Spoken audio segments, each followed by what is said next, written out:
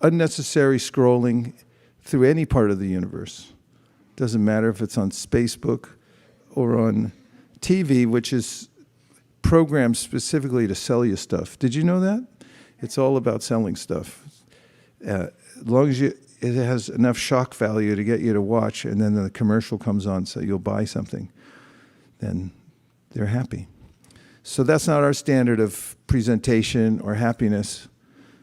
Of course, we would like everyone to buy Krishna consciousness and take a set of Bhagavatams.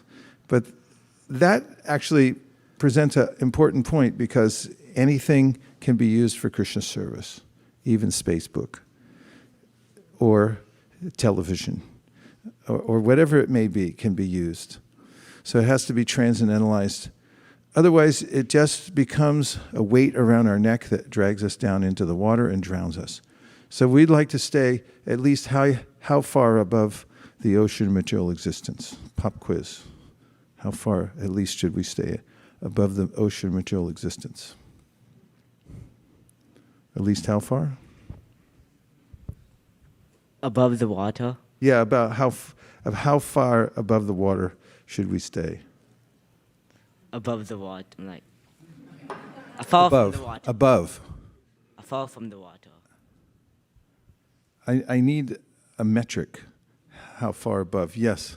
10 kilometers. 10 kilometers is nice, but at least how far must we? 10 feet. Huh? At least an inch.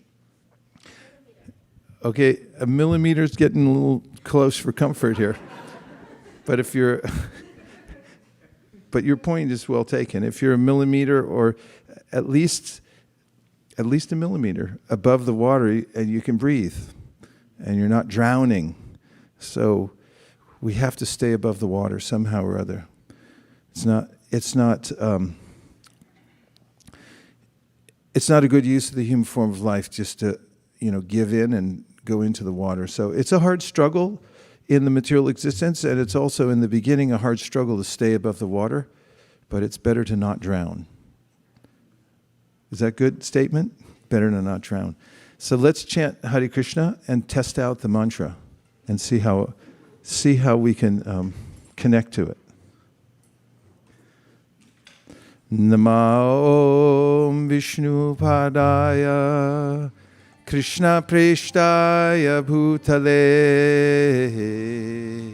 Sri Mate Bhaktivedanta Swami Niti Namine Namaste Saraswati Devi Gauravani Pracharine Nirvishesha Shunyavadi Paschatya Deshatarine Jaya Shri Krishna Chaitanya Prabhu Nityananda Shri Advaita Gadadhara Shivasari Gaura Bhakta Vrinda Hare Krishna Krishna Krishna Hare Hare Hare Rama Rama Rama Hare Hare.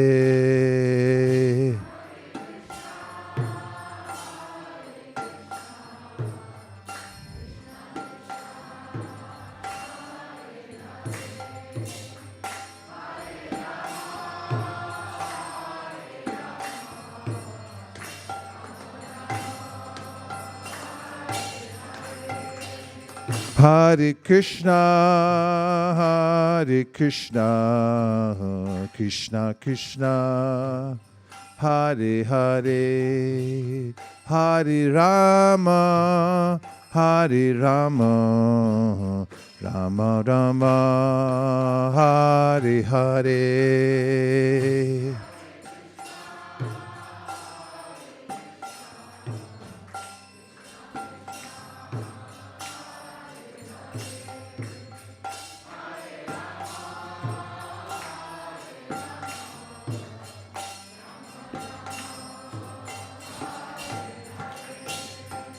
Hare Krishna, Krishna Krishna, Hare Hare, Hare Rama, Hare Rama, Rama Rama, Hare Hare.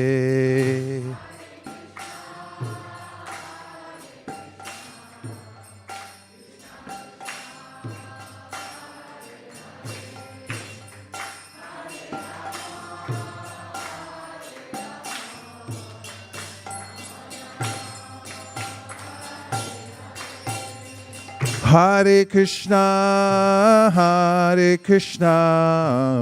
Krishna Krishna, Hare Hare, Hare Rama, Hare Rama, Rama Rama, Hare Hare.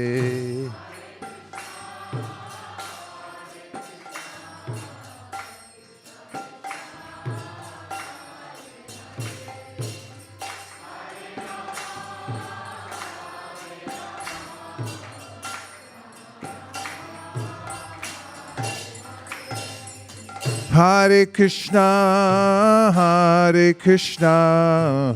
Krishna Krishna, Hare Hare, Hare Rama, Hare Rama, Rama Rama, Hare Hare.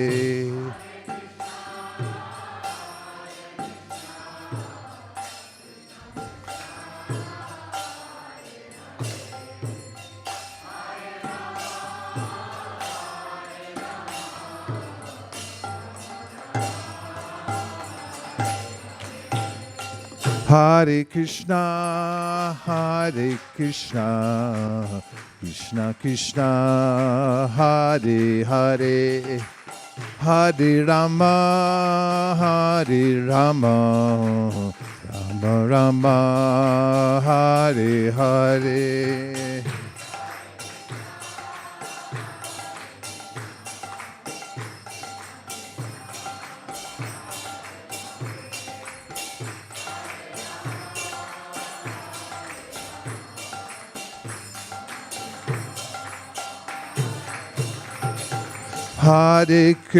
Hare Krishna, Krishna Krishna, Hare Hare, Hare Rama, Hare Rama, Rama Rama, Hare Hare.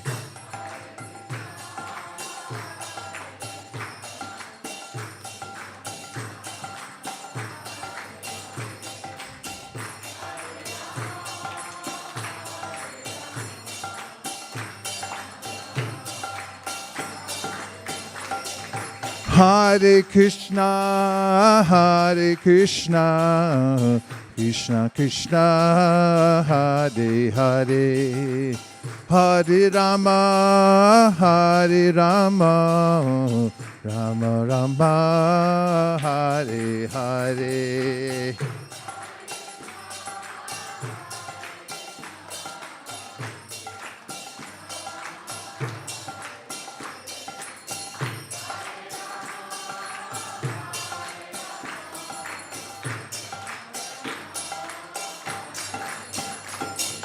Hare Krishna, Krishna Krishna, Hare Hare, Hare Rama, Hare Rama, Rama Rama, Hare Hare.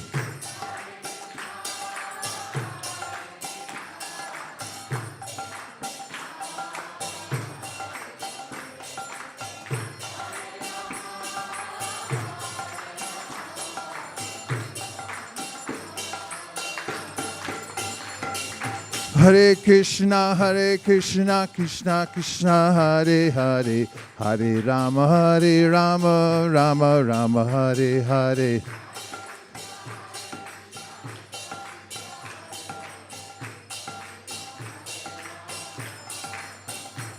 Hare Krishna, Krishna Krishna, Hare Hare, Hare Rama, Rama Rama, Hare Hare.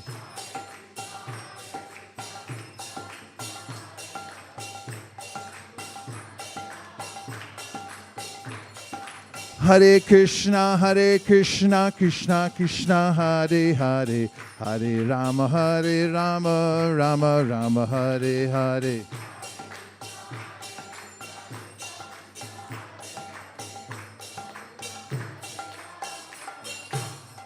Hare Krishna, Krishna Krishna, Hare Hare, Hare Rama, Rama Rama, Hare Hare.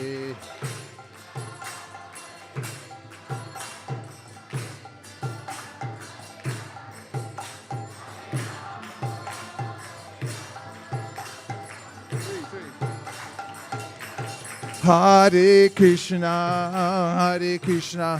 Krishna Krishna, Hare Hare, Hare Rama, Rama Rama, Hare Hare.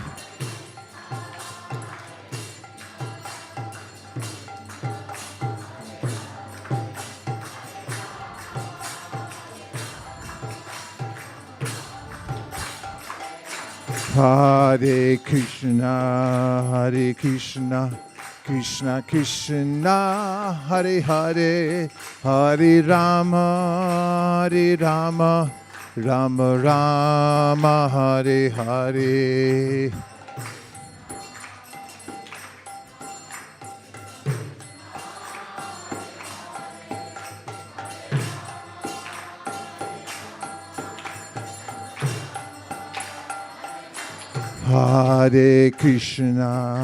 Hare Krishna, Krishna Krishna, Hare Hare, Hare Rama, Rama Rama, Hare Hare.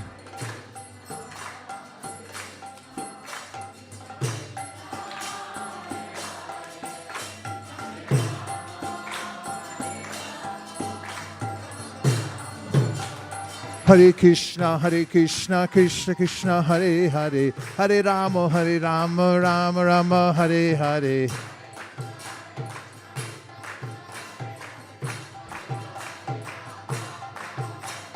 Hare Krishna, Krishna Krishna, Hare Hare, Hare Rama, Rama Rama, Hare Hare.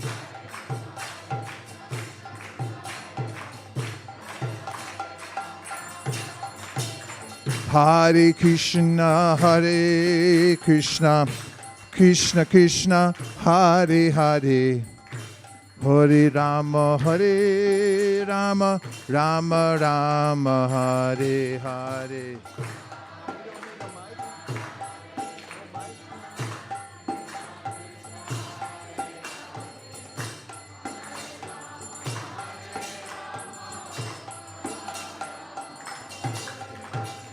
Hare Krishna,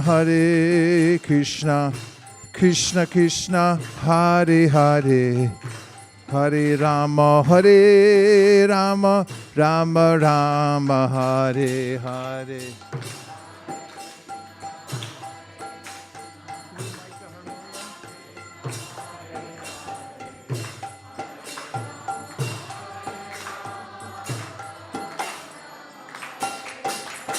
Hare Krishna, Krishna Krishna, Hare Hare, Hare Rama, Rama Rama, Hare Hare.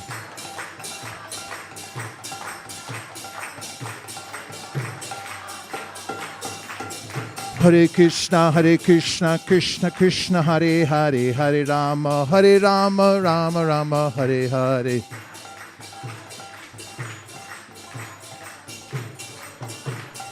Nitai Gaur Haribo, Haribo, Haribo, Nitai Gaur Haribo.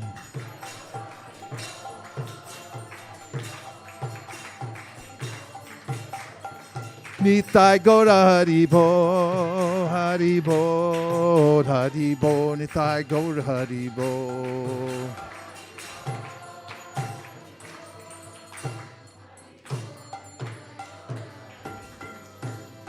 Nitai Gaur Premanande. Shri Harinam Sankirtan Ki. Shri Harinam Mahamantra Ki. Shri Harinam Prabhu Ki. Grantara Srimad Bhagavatam Ki. 2,000 sets of Srimad Bhagavatam between now and September 20th Ki. Go Premanande. Nitai Gaura Haribo, Haribo. Haribo, Nitai Gaur Haribo.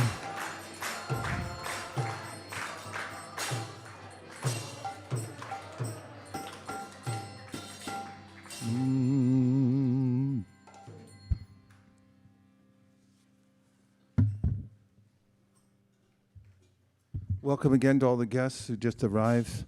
We're heartened by your presence. Thank you very much for being here. And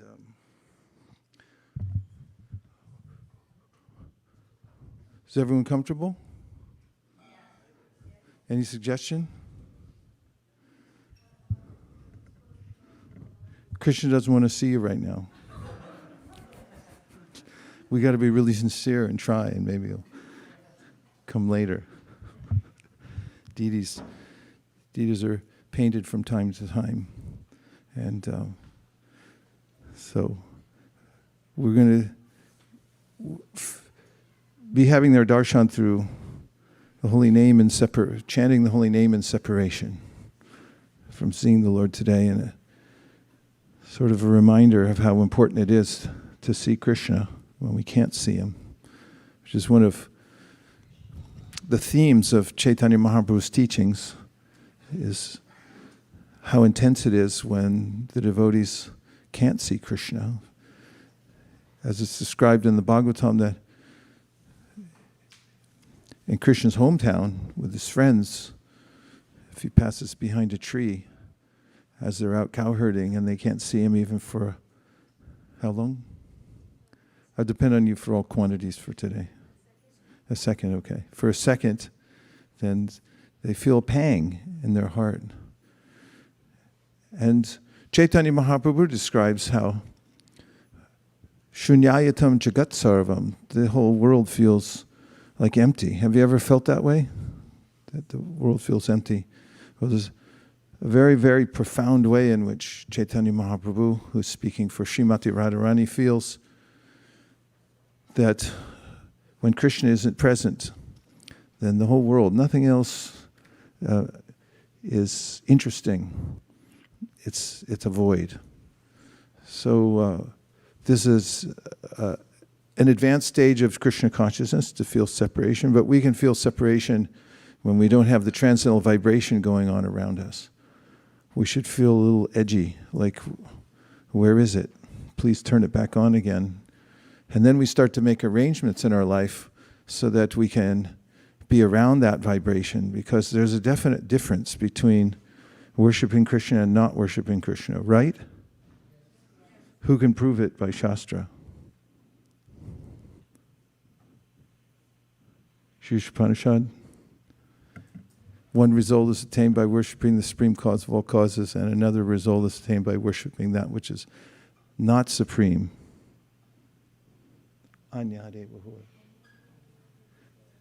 Mike. Anyad eva You hurvidyaya. gotta like belt it out.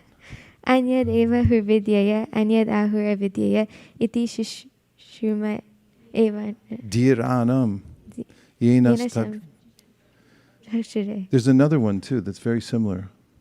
Anyad eva hursambhavad. Say that one. Anyad eva hursambhavad. Anyad ahur asambhavad. Iti shushuma dhiranam yenastad vichachakshire. Now pronounce it like a South Indian Brahmin. Like enunciate. Shivatsa. You try. Just do it with more enunciation, like you're speaking to a theater full of interested listeners. Go ahead. Anyad eva hur sambhavad. Anyad ahur asambhavad.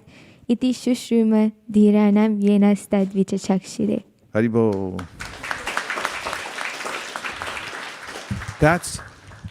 That's proof in spiritual circles. So those two verses speak about how there's a chasm of difference between getting knowledge that reveals Krishna and knowledge that's just knowledge for knowledge's sake, which is separated from Krishna, which doesn't reveal him. And it, in other words, in the Srimad Bhagavatam, it's described as Maya. Ratertam yat pratiyeta na pratiyeta chatmani tadvidyadatmano mayam yata bhaso yata tamaha. When we see any circumstance or anything in the universe, thing or circumstance, as being separate from Krishna, we don't see it as paraphernalia to be used in his service or a means through which we can become purified or learn a lesson, then that is called Maya, or illusion, or darkness. Because there is nothing that's separate from Krishna, but it's that strange little space where when we've lost the ability to connect it to Krishna, then we suffer in darkness. And so, connecting everything to Krishna and being uncomfortable when we're not connected to Krishna. This is one of the beginning signs that one's making advancement in spiritual life. It's otherwise called avyarta kalatvam, which is what Chaitanya Mahaprabhu described as a beginning stage of the heart beginning to accommodate the spiritual sound vibration. He says that the heart becomes soft, and that actually there's a resonance with the spiritual world within the heart. He gives it metaphorically that there's a ray that comes from the internal energy. Isn't that beautiful? It's like, when the sun rises in the morning and you see a ray come through, how joyous it is that light has entered our lives again. And in a similar way, those devotees who take advantage of the process given by Sri Chaitanya Mahaprabhu, especially the chanting of Hare Krishna in the association of devotees hearing Srimad Bhagavatam, then the heart begins to change. Evam vrata swapriya nama kirtya jatanarago jita chuta ucher. Drita chuta. Drita chuta means the heart begins to melt, becomes softer. And it becomes soft because a ray from Krishna's internal potency touches the heart. And that's where the devotee then can taste the mellows, which means you start to feel a spiritual emotion. And one of the symptoms that's just beginning is that someone feels uncomfortable about wasting time. What are the 3 top time wasters? Number 1, yes. Is that Balaram back there? Balaram 3? Yeah. The internet. I have to ask because everyone's grown a foot since I saw you last. Plus, I still can't see you completely. Go ahead, Balaram. So the internet's one of the biggest distractors. Like the internet has many useful things, but a lot of what's in the internet, like social media, YouTube, Twitch, stuff like that, it's pretty distracting. Would you go to articulation school over the last? All these devotees, all of a sudden, they're spiritual giants and giving talks, and that was nice. Thank you. Good encapsulation. Okay, number 1, number 2. Oh, Hanspriya, yes.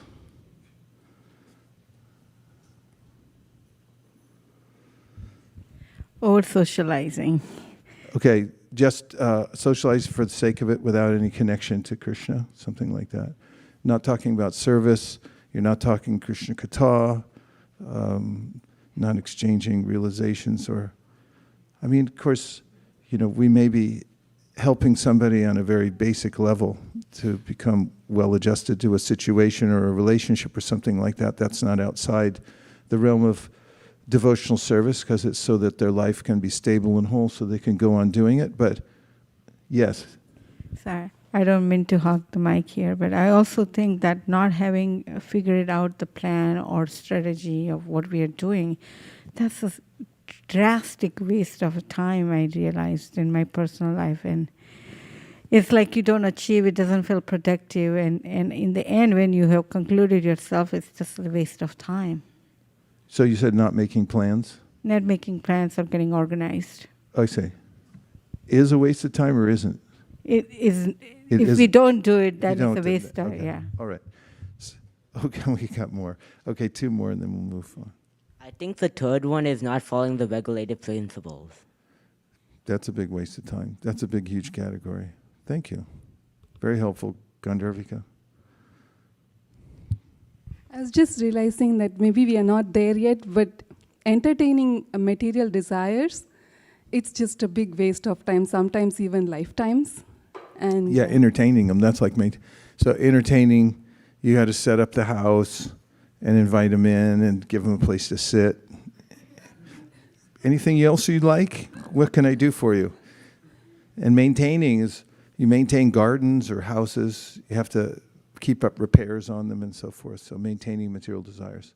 So there are a lot of ways in which we become sensitive in general to the many ways in which we may be wasting time. We become more aware of this verse that we heard from the Sri Upanishad, Anyareva Sambhavad, Anyarahura Sambhavad.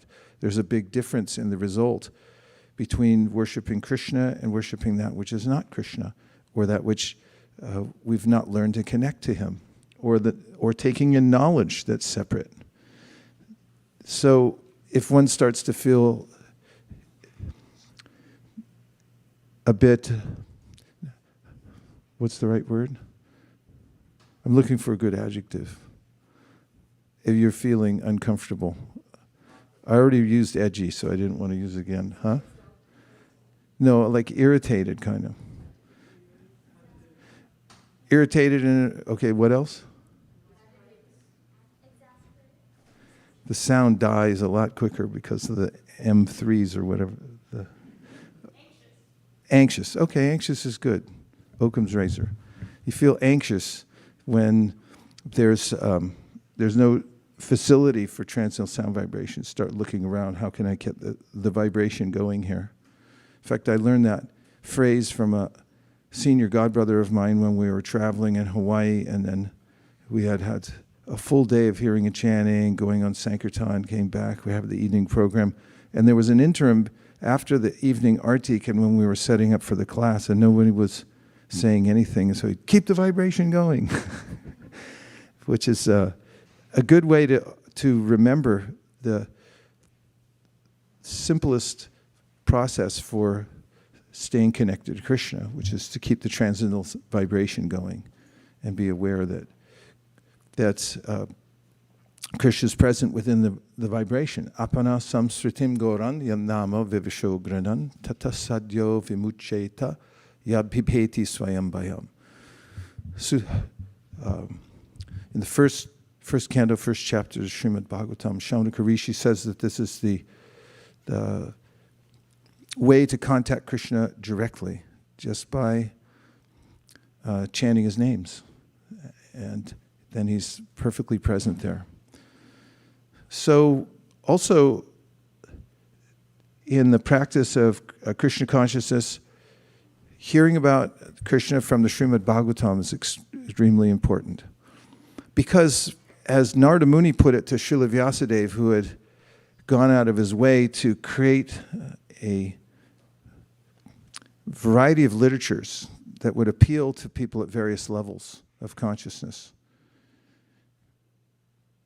you've done a disservice by not giving the exact details of the personality of Godhead and his activities and his qualities. And here's the disservice, is that, first of all, unless we can develop a relationship with the spiritual world, is there enough air in here for everybody? Air for everybody? Okay. Then we can't divert our attention from this world to the spiritual world.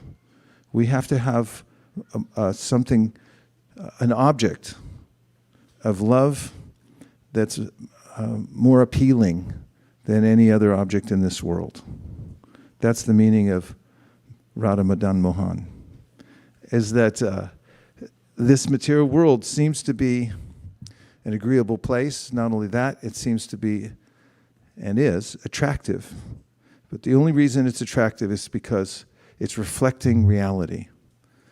And unless I know that it's a reflection and I can't get anything out of the reflection except for a remembrance of the reality itself, then I can become mesmerized by it and not really get any ultimate reward. So the Srimad Bhagavatam presents the beauty of the absolute truth, who's a person, and whose internal potency is even more attractive than he is, attractive to even Krishna himself. And there's a relationship between Krishna and his internal energy called Radha Krishna. And by becoming enamored of the beauty of that relationship, by hearing the story of that relationship, stories of that relationship, and actually seeing for ourselves Radha and Krishna together, then we can become fascinated by it. At first it seems fantastical, because I'm so used to the watching General Hospital. Oh, you guys have heard of that? That's funny. It's a soap opera. Soap operas are very popular. So, or as they like to go, GH. People watch these things because there's intrigue, but the most intriguing aspect is relationships, especially man and woman. That's when the plot always thickens in every movie. And so there's a alternative to that. It's not an alternative. It's actually what we're looking for in all that is somewhere else. It's not in a soap opera. There is a real soap opera somewhere else that has no commercials, except for maybe the Bhagavatam. And so the Srimad Bhagavatam itself presents that. And therefore, Shukadeva Goswami, when he's asked about the appropriateness of talking about this, he says, Vikriditam vrajavadu biraham cha Vishnu, shradhanvitona shinuyad atavarna yedya, bhaktim param bhagavati pratilabhya kamam hridrogam ashvapahinot yacharahina tira. That a person who was once enamored of the relationships of this material world, the beauty of the material world, all the details, and is full of hope for attaining satisfaction from his or her engagement in the material world, can have a change of heart, a complete change of heart, and become fully attracted to the spiritual world. And the way he puts it, it's a curative. There's a way in which my attraction to the material world is described as being an affliction. It's like a disease. Hridrogam ashvapahino. So there's a way in which I'm sort of captured by the images of the material world, but when I see something better and more attractive, and that's when I hear the story of Radha and Krishna, then my heart changes and I become attracted to that. That's success. And that happens in the association of devotees. Shradhanvito nishinuyad. It means you have to hear first of all, have you ever tried this? Have you ever tried relaxing your eardrums? Let's try it right now. Just sit up a little straighter. And relax your eardrums. Just try it. I tried it the other day. It works. You just become aware of them and then relax them a little bit. So Krishna says in the Bhagavad Gita, Maya sakta mana partam yogam yunjan marashraya shamshayam mahabaho. That there's a way in which if you relax your eardrums and let the sound vibration of the spiritual world or the Srimad Bhagavatam go right in, then the effect will be much quicker. Sadyo hridyavarudyate trakritibi means very quickly you'll attain the perfection. And we generally tighten up our eardrums because I don't want to hear it. Yesterday I was in Los Gatos, the home of the cats, and there we picked out a fine, there, I was actually sent there by my Sankirtan leader, and we got off at a corner, one of the most affluent neighborhoods maybe in America, a little street corner, and we met all kinds of different people, and at one degree or another, people had learned the technique of relaxing their eardrums. Some people not at all. In fact, one woman I talked to had earplugs in, and she didn't want to take them out, which is a good excuse not to hear the Srimad Bhagavatam. she had earplugs in. She wouldn't take them out. Like, I can't hear. It's like, could you take your earplugs out? It's like, no. Like, and so there's a way I tighten my eardrums when any topic of Krishna comes up, and that's a problem. So shradhanvitona shrinuyad ataivarna yadyad. If by the association of devotees we get convinced that it's not a bad idea to open my eardrums and let the sound go in,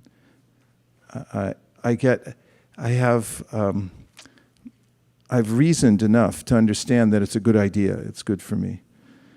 Then actually, just by hearing with relaxed eardrums, there's a change of heart. And I can become free from the affliction of being forced, compelled, impelled to look at all the fleeting images of the material world, and I become attracted to reality. Siddhanta is reality. Siddhanta means what we are and what reality is and what's our part in it. And so that's what the Krishna consciousness movement is. It's a movement meant to reorient us to reality.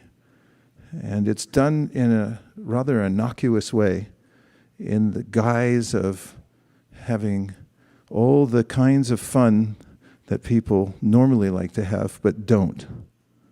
That could be the byline for our next poster.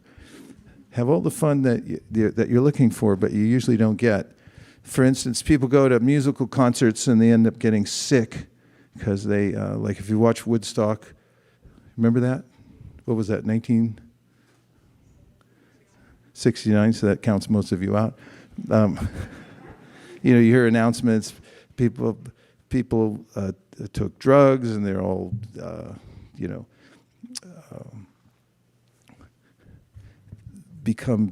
their minds become dislocated, they become ill and so forth.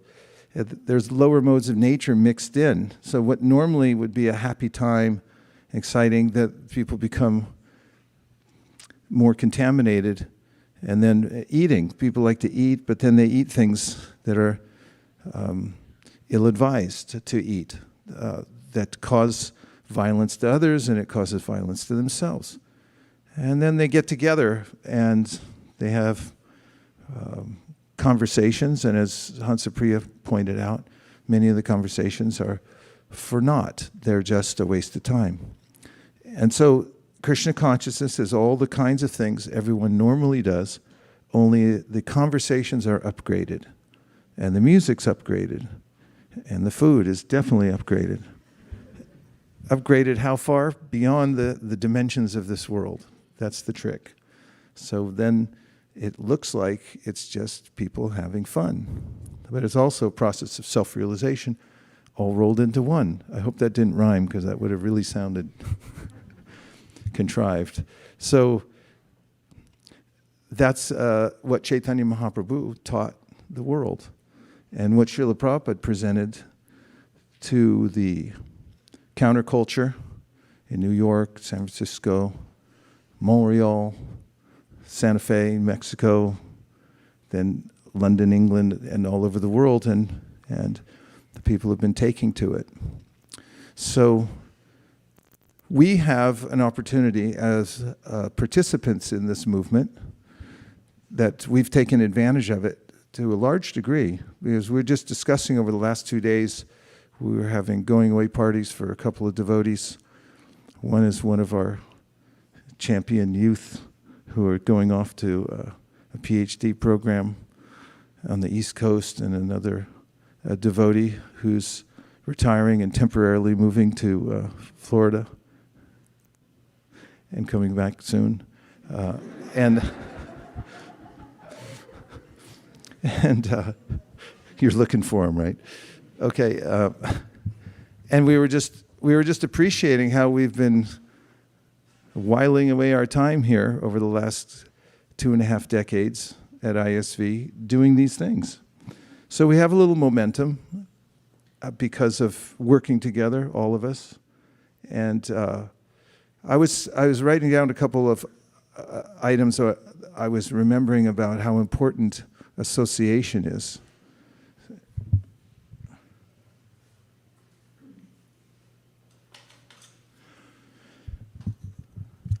And they are as follows. I hope they're good. They just wrote them down quickly, but yes, I notice for myself, whenever I get good association, that is association of Vaishnavas, I have to rise to the occasion, because you can't be a slouch around devotees, right? But if you're all alone, you can certainly be a slouch, right? If you want to. Something we learned during the pandemic. When you, as an example, if you invite devotees into your home, a very good idea, one of the best ideas for anyone who has a dwelling place, to invite Vaishnavas in. And I would like to tell you how I feel when I invite devotees in, and maybe I'd see if you concur, and that is that I start to notice things about my living arrangement and environment that I didn't see before. Do you ever notice that? Like, what's that doing there? How come that's here? And why isn't this clean? And I just thought it was a kind of a magical process inviting devotees in, because then I start to see, like, I have to come to a higher standard, and they haven't even come yet, and I'm starting to get ready. I know when Prabhupada was traveling around, he noticed that everywhere he went smelled like wet paint, because devotees are like, just paint the whole place.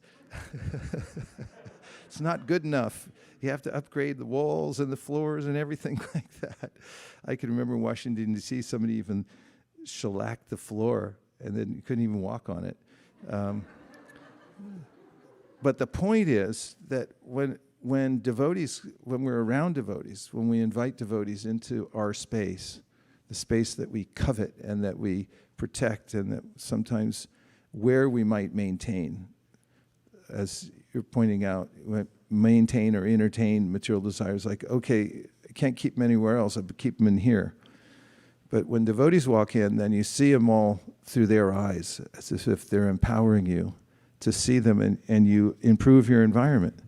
So if you want to improve your environment a lot, then invite devotees to your place a lot. And if you want to improve a lot, then try to get the highest quality devotees to come in. Not that we make a lot of distinction. I mean, a wave on the Ganges is a wave, whether it's big or small. But the fact is that some devotees are categorized as Uttama Adhikaris, some as Madhyama Adhikaris, and some as Kanishta Adhikaris. Kanishta Adhikaris might come in and, definitely you'll have prasadam, but you might talk about, I don't know, maybe it won't be in depth about the Bhagavatam or something else. But if you invite an Uttama Adhikari into your house, as defined as somebody who's well-read and a Shastric expert and absorbed in Krishna consciousness and so forth, and then the vibration will be very high. Bhavadbita bhagavatas tirta bhuta swayam vibo tirta kurvanti tirtani swantakstena gadabrata. This is something Yudhishthira noted when he talked to Vidura and said, you are a walking tirta, a holy place. Wherever you go, you purify everything. So this is a good way to improve very quickly in devotional services, to have devotees over and feed them, and have kirtan together and speak about Krishna on a regular basis. And of course, actually, I just want to put a slight modification, and that is that even if people are new to Krishna consciousness, but they're interested, and if you invite them over and you play the role of facilitator and a little bit teacher, then you'll also improve. because when you're teaching other people, you have to be up to the standard. And it's a good reason to take up that role of teaching others. So we have an opportunity to improve ourselves now because we're all still alive, which is good news, right? Haribo. And as long as you're alive, you got a chance. So we have aspirations, and we would like to manifest those aspirations right here in Silicon Valley. We would like to continue increasing the quality of our community here by increasing the quality of the sound vibration we listen to, the association, and we would also like to increase our efficiency in distributing Krishna consciousness to others as much as possible. By the way, did I mention that we're shooting for a goal of 2,000 Bhagavatams? Did I say that already? It's part of the public service announcement earlier. That's not a bad idea because everyone's going for something. I know there's a lot of rollouts in the corporate world. Is that the right word for it? Project launches, and everybody has to put everything on hold for a few weeks or months because we had a rollout coming. What happens after the rollout? The world becomes a better place. Everyone's happy. You celebrate. Everyone has prasadam. What happens after a typical rollout? Another rollout. Well, that happens here too. But I mean, like, what's the end result? Based on what the verse we heard, Anyadeva hur sambhavad anyada hur sam. If you do your rollout for Krishna, or you do your rollout for, let's say, some increase in just technology there's no real spiritual goal for it. That's how I'm going to put it. So is there a difference? Yes. So we have the same so-called corporate culture here that we all work together. We look for economies and efficiencies, and we have lofty goals, and we want to manifest them as much as possible. But what we're presenting, what we're marketing actually, is the most valuable product in the world. Tadvag visargo janataga viplavo yasmin pratishlokam abhadyavatyapi. That's Narada Muni. He says that the Bhagavatam is a product that's coming from the spiritual world. And it can actually affect positive change in the lives of others. Unfortunately, Fanta or Coca-Cola or whatever else is advertised as being beneficial for the human being is not so helpful at all. In fact, it could be detrimental, but the Bhagavatam is the real thing. So we have that as our ideal, the Srimad Bhagavatam, and we also have this forward motion to make it available to as many people as possible. And we're finding our way forward, inventing new ways to distribute the Bhagavatam. Today I heard from Mayapur Bihari Prabhu, and he was telling me how in times during the pandemic when we weren't able to put books into as many hotels and motels because people didn't want to touch anything. They didn't want to get a shipment. They didn't want to take things out, put them in drawers, nor were there any guests coming in. Things slowed down, so he was looking for all kinds of alternatives, and he found that there are thousands of temples and other religious organizations all over America that were thrilled to receive sets of Bhagavatams and Bhagavad Gitas.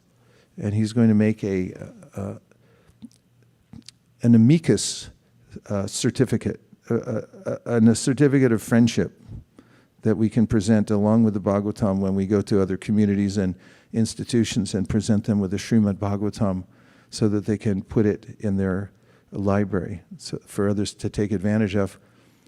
Last year also, devotees went to villages, remote villages around India that are really the mainstay, or had been for many years, of the economy of India. and what to speak of its spirit. And they started putting full sets of Bhagavatams there. And we were getting reports about how people within the village then rallied around the Bhagavatam. They were vulnerable, actually, to other kinds of groups coming in and indoctrinating them in various ways that were not connected to their culture, their original culture. But with the Bhagavatam there, they feel fortified. And it's made a huge difference. They're holding classes and so forth. So wherever the Bhagavatam goes, people have an opportunity.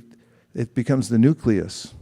And people can then form a spiritual practice around the Srimad Bhagavatam.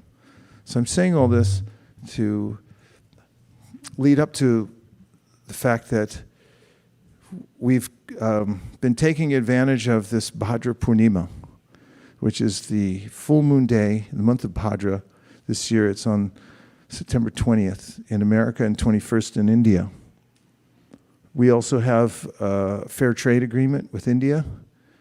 The North American Fair Trade Agreement was called NAFTA, but we changed it a little bit as NAIFTA, N-A-I-F-E, North American Indian Free Trade Agreement, because we have now developed a pipeline between America and India to for those of you who have who are of Indian origin and you also have 52 cousins, anyone? Everyone? 52 cousins? Then and everyone of them wants to become a devotee. You could also distribute 52, at least, sets of Bhagavatams seamlessly. We have a way to do that, a pipeline now we've developed, so that those Bhagavatams can go out in that direction also with no problem at all, easy processing. So thinking of all that and how well we did last year during complete lockdown. We excelled, did better than we've ever done before here at ISV, and North America also excelled in book distribution last year and has continued the trend into the new year. We're shooting for even a more lofty goal this time than we've ever done before, which is to distribute at least 2,000 sets of Bhagavatams by September 20th. Do you like that? Okay, good. Haribol. So, yes, a question, please.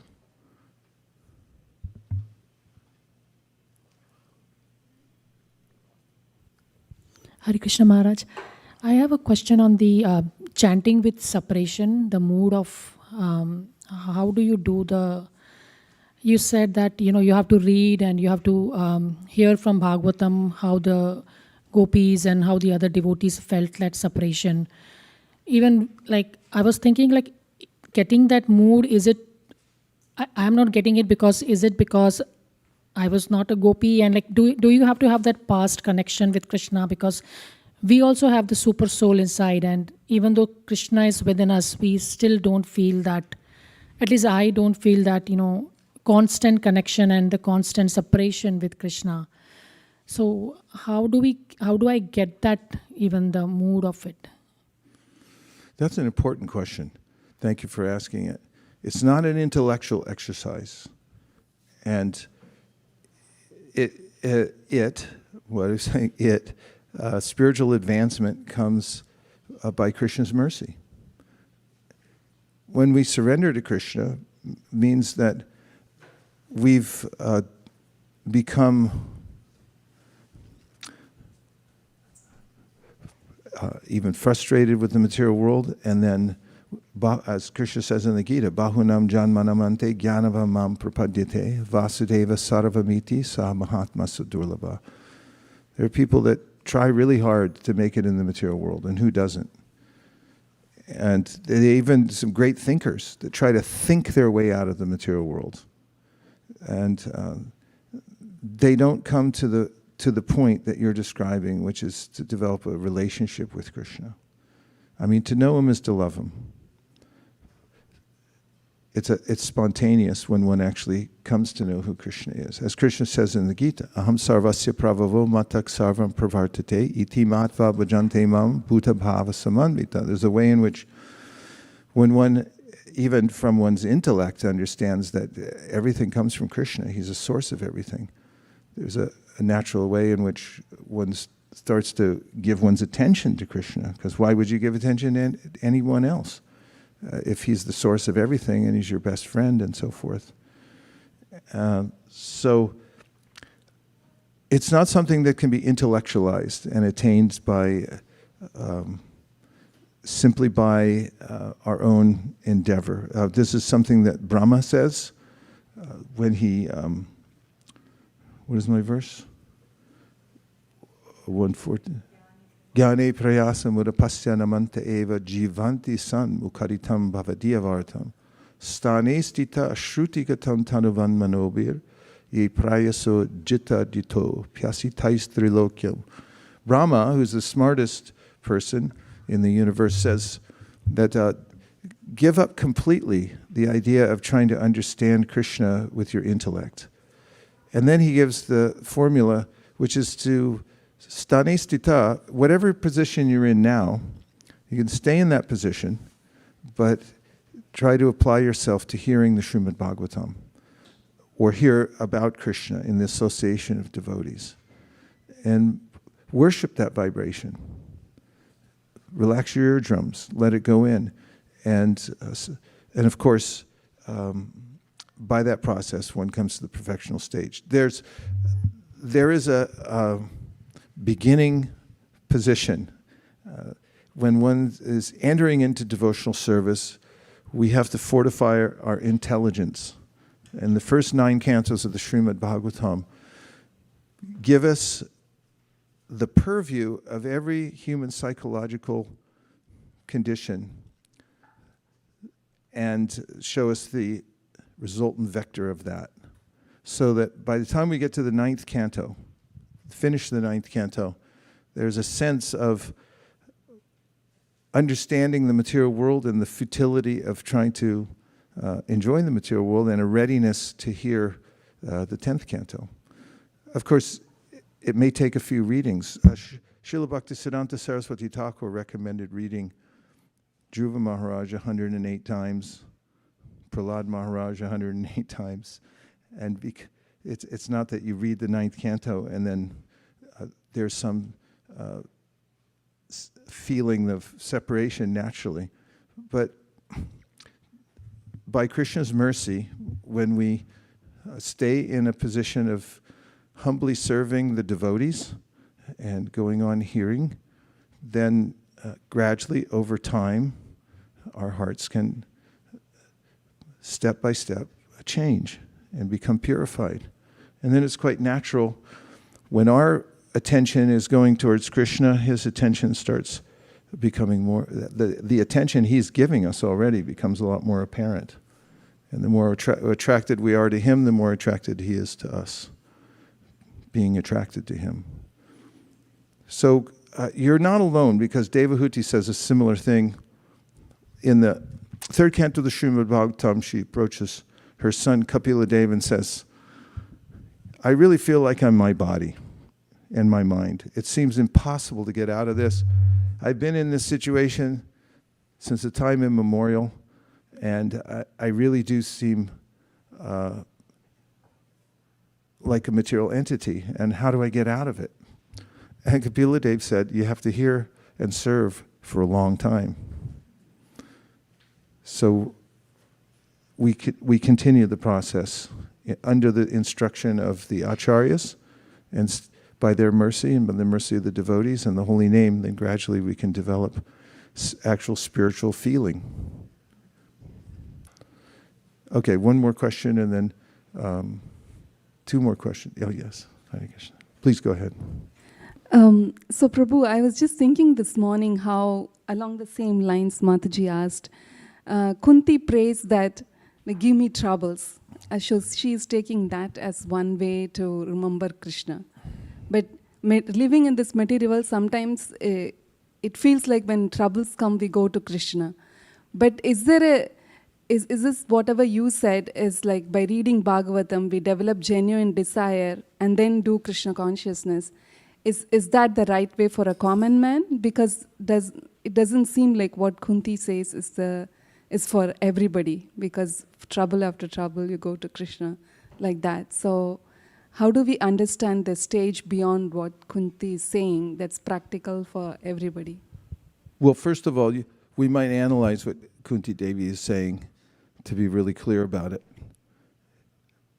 She may not actually be saying, create more problems. She's noticing that they're constantly there, and whenever they are there, she takes more shelter of Krishna. So we can definitely relate to that, because they come unsought, all kinds of reversals of fortune in situations that seem unsavory for us, or complicated, or that make us anxious. So then, we can learn to take shelter of Krishna in those circumstances. So the two aren't mutually exclusive. Krishna's instruction in the Bhagavad Gita, matra sparsha stukonteya shitoshna sukadukada agama paino nityas tamstatiksha shvabarata. The be tatiksha. Even amidst all the changes that take place in your life, just stay even. And how do you stay even? Even in what? Even in your practice of devotional service. It means don't give up chanting Hare Krishna no matter what happens. And that would put you in a similar category as Kunti, although you may not have, we're following in her footsteps by going on chanting Hare Krishna. That's what we were talking about earlier. We're in a community and we help each other. We've been doing it for 25 years now, almost.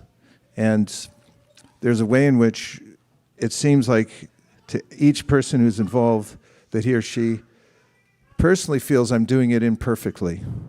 I'm not doing enough. I hear this from every devotee. I'm not doing enough. I'm doing it imperfectly. I'm not very advanced.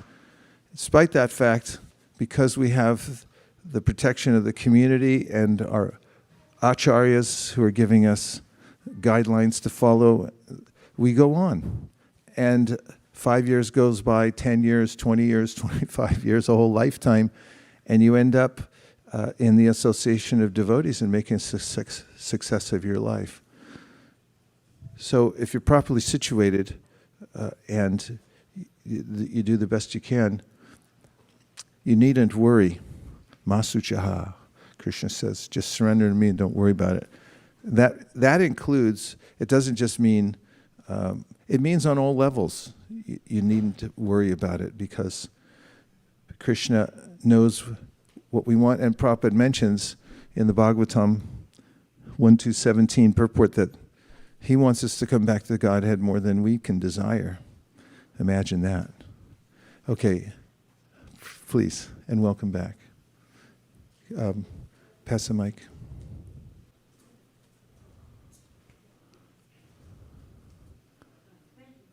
Hare Krishna.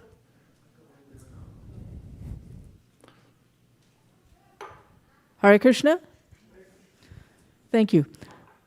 So this was referring to your question about wasting time. So one aspect is prayasa. You also quoted the verse about jnana prayasam udapasya namanta eva, that over-endeavoring through the means of knowledge. But any kind of over-endeavoring ultimately is a waste of time. It's going along the path that that is ultimately not going to lead anywhere. So how can we really avoid over-endeavoring? Try to get some friends who are balanced. Or a spouse. I have friends, spouses, and a spouse, I mean. For many lifetimes. Spouse, I mean. All right. Boy, that's not the time you want to have a slip of the tongue. I have a spouse, and I was thinking many mentors who help to keep me balanced. In fact, just the other day, I was very, I was considering over-endeavoring with something. So I called two of the most level-minded people, devotees, that I know, and I asked them if I could meet them both at the same time. Try that sometime. And surprisingly, they both agreed in the same day, which was real sense gratification for me. And I got them on a Zoom call, And I just said, hey, I'm thinking about over-endeavoring.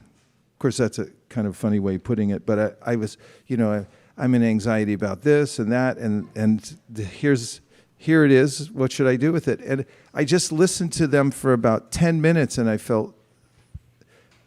was relieved. I was completely relieved, actually, to be honest with you. It took a burden off my shoulders. So Rupa Goswami says that you should have relationships, loving relationships with devotees, and one of the aspects of that is called Kuyam Akyati Prishyati, that you should ask them questions and hear what they have to say. And they may ask you questions also, and there's an exchange. And in that exchange, you can overcome the imbalance in your life by triangulating and saying, is this over-endeavor, or should I be trying harder?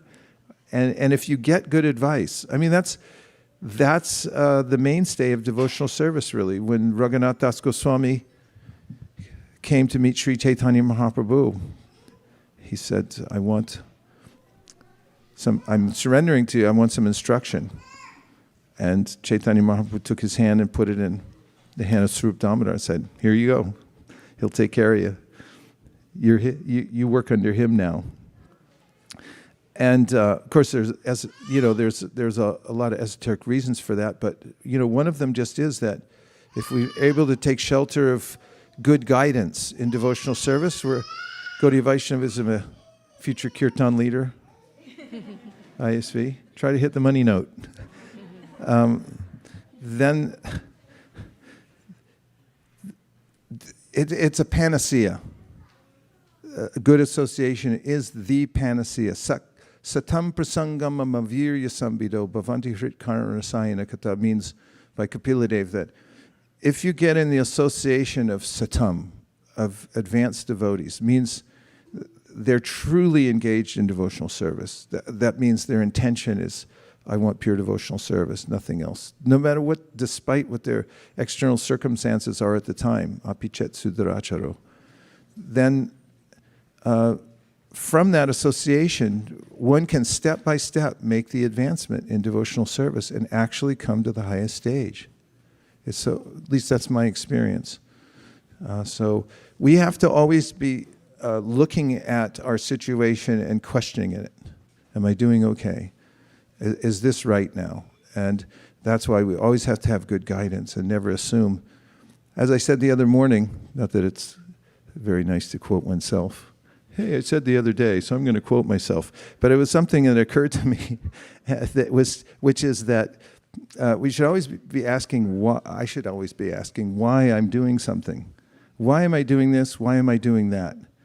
Because it's first of all, it's a metaphysical question, why? Second of all, it's a very, question mark is the most powerful punctuation mark in any language. And it's a very centering question, why am I doing this? And best also to involve devotees. Because we can't always see ourselves the way we are.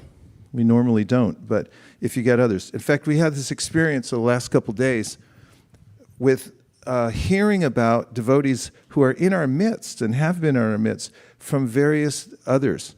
So one of the devotees is going off to university on the East Coast, and then teachers came, relatives came, friends came. They all, dozens of people said, he's like this, he's like that. And it's like, wow. Hearing from, you get the composite view of who the person is. Like, I never knew that, who that person was. A similar thing happened today at a going away party. So when we're able to hear from various devotees about, if we can ask them, like, well, what do you think of me anyway? Like, how am I doing? We should be open to that. And if we can do that, we can actually find our way forward without over-endeavoring or going down the wrong path. Thank you very much. Oh, thank you for the asking class. such a great question, and welcome back. Hare Krishna Guru Maharaj. Oh, yes. This is Ashray Madhav. Okay, yes. Please, Hare Krishna. This is Ashray Madhav online. Yeah, we remember Zoom. Thank you, Maharaj.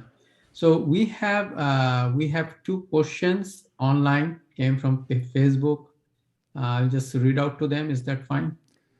I don't know. What does it say? So from Lalita Mataji, there is one question is, how can we have strong devotee association, although we are virtually, virtual strong devotee association. That was from Lalita Mataji, and there was one more question. Don't ask but me this second one. was- I can't. Okay, so Yeah. first of all, if we didn't have virtual association, we wouldn't have Bhagavad Gita. Sanjaya was on Zoom. It was different technology at that time, but it was a Zoom call. And he was watching the whole thing. The spectrum unfolded at Kurukshetra, and he just recounted it to Dhritarashtra. And it's the vibration that came through from that conversation resonates even today. And Prabhupada makes the same point in the introduction of the Bhagavad Gita. Don't think this is different than being on the soil at Kurukshetra right now, because the vibration is what comes through. We tested the mantras during the pandemic because we had the initiations, and rightfully so. A lot of devotees felt a little reticent about, like, well, wait a minute, I want to be there. I understand that. I want to be there too. But being there isn't necessarily about being next to somebody or in the same room. The intention is so powerful. It comes through. We're sensitive, sentient beings. We can pick up intention in various ways that don't involve necessarily being in front of each other in the same room. I mean, you're reflecting light back to me, like, I'm seeing you because light is being reflected. What's the difference? I'm looking at Shrimadeva Prabhu and I can see light being reflected. You see him, right? I mean, you could argue he's physically there as much as any of us right now. Where's our physicist in here? Quantum physicist and huh? Oh, okay. Aren't any of you studying quantum physics or anything? Okay, well, I mean, we could argue what's the difference, right? He's there, we're all here, basically, somewhat, kind of here. And so when the vibration comes through and we feel the intention, and we did during so many programs, and actually some people afterwards said, like, wow, that was almost even better, because we felt it, right? Yeah, some of you went through that and experienced it. So I forgot what the question was, but it sounded like... The question was, yeah, I how think I can we? answered I it. think you're in Did I the answer it? virtually. Okay. How can you have strong Okay. association? Ho gaya. You got the second one? Yes, the second one is from Tirumala Mataji, and her question was, if we have like a physical health problem and we are not able to do even our service, and we can probably just do our chanting, is that, I mean, what you have to say, is it okay at that time to kind of, not do your service because you're not able to do it, because of physical problem, and continue with the chanting? Yeah, if you can't physically move around and do your service, you keep chanting if you can do that, and try to stay alive. It's the duty of every human being to try to stay alive, and also it's important to be healthy. By the way, it's important to be healthy.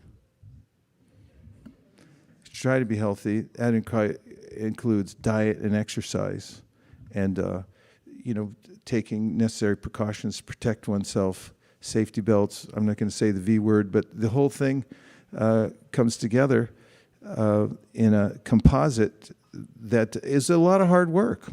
You actually have to maintain yourself in this world, and when the body becomes infirm, then you're not expected to, be running around doing everything you were before. Part of your service then is to get better and improve yourself, so you can, be strong later on. Everyone will understand. And if you can keep chanting, it's a good opportunity to see how you do when you're afflicted by something and you keep chanting. Because ultimately, what we're practicing for is leaving the body. And when we leave the body, it's quite a challenge. And more we can practice during this lifetime of being steady in chanting, even when we're feeling under the weather or worse, then all the better for us. I hope that helped. But don't feel guilty if you can't, get up and walk. Take care of yourself until you can be healthy enough to come back and do your service. So tonight we're beginning the last leg of our marathon up to Bhaktivinoda Thakur's Divine Disappearance Day that we'll be celebrating next weekend. And the way we'll celebrate it, it's actually Friday. So it's a half-day fast. That day we'll be remembering Bhaktivinoda Thakur on Friday all day long, fasting in the morning.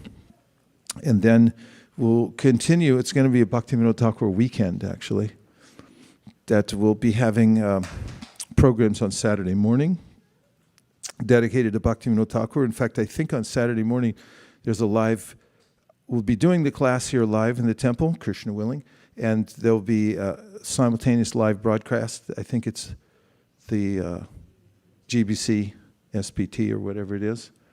They're going to be broadcasting right here or picking up our live feed for their thing.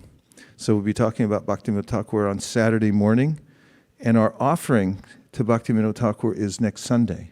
At the Sunday program around this time, when the deity doors are open, and they will be, Krishna willing, next Sunday, then we'll make the offering, and everyone's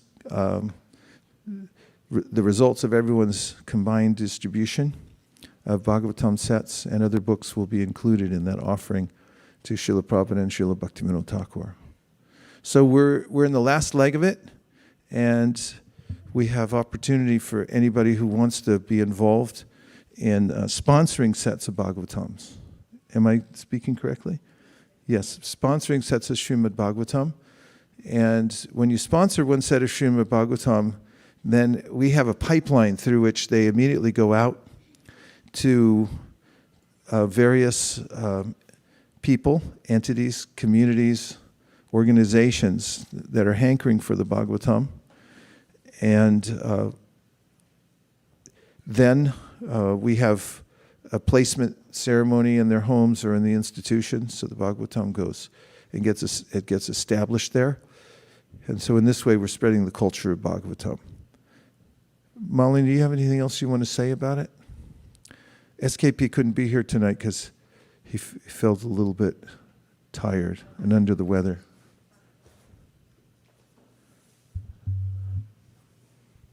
Hare Krishna, Prabhu. Hare Krishna. Prabhu, today there was someone who actually called into ISV our phone number, and they left a message that her grandmother passed away in India, who was a very devoted Sri Vaishnava. All her life, she never ate even onion and garlic, never even entered her kitchen. And she was always selflessly serving others.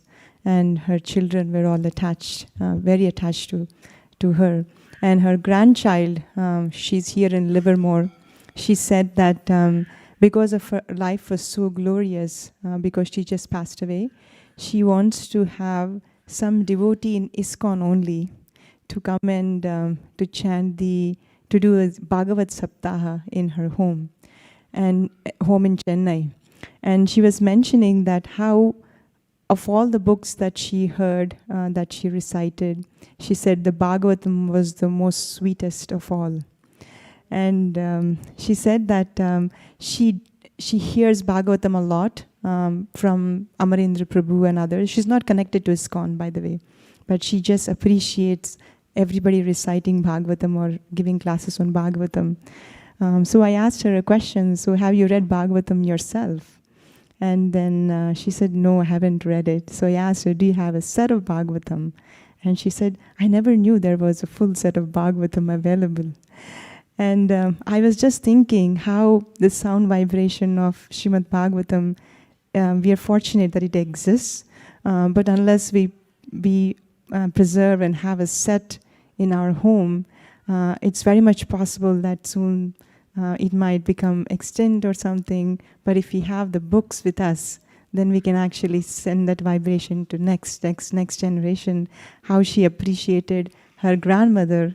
Similarly, the other people in next generations can appreciate. So I was just thinking how fortunate we are that we do have access to these Srimad Bhagavatams. So does she now have a set of Bhagavatams? No, she's. I'd like to sponsor a set of Bhagavatams for that woman Her in name is Chennai. Gayatri. Okay, I sponsor a set for Gayatri. You got to be quick around here, because somebody else could have jumped in and got it, right? Please tell Gayatri that I'm really impressed by her story, and I'm sponsoring a set of Bhagavatams to be placed in her home. Sure, Prabhu, I'll let That's you it. know. Go Premanande Nitai Gora Haribo Haribo Haribo Nitai Gora Haribo.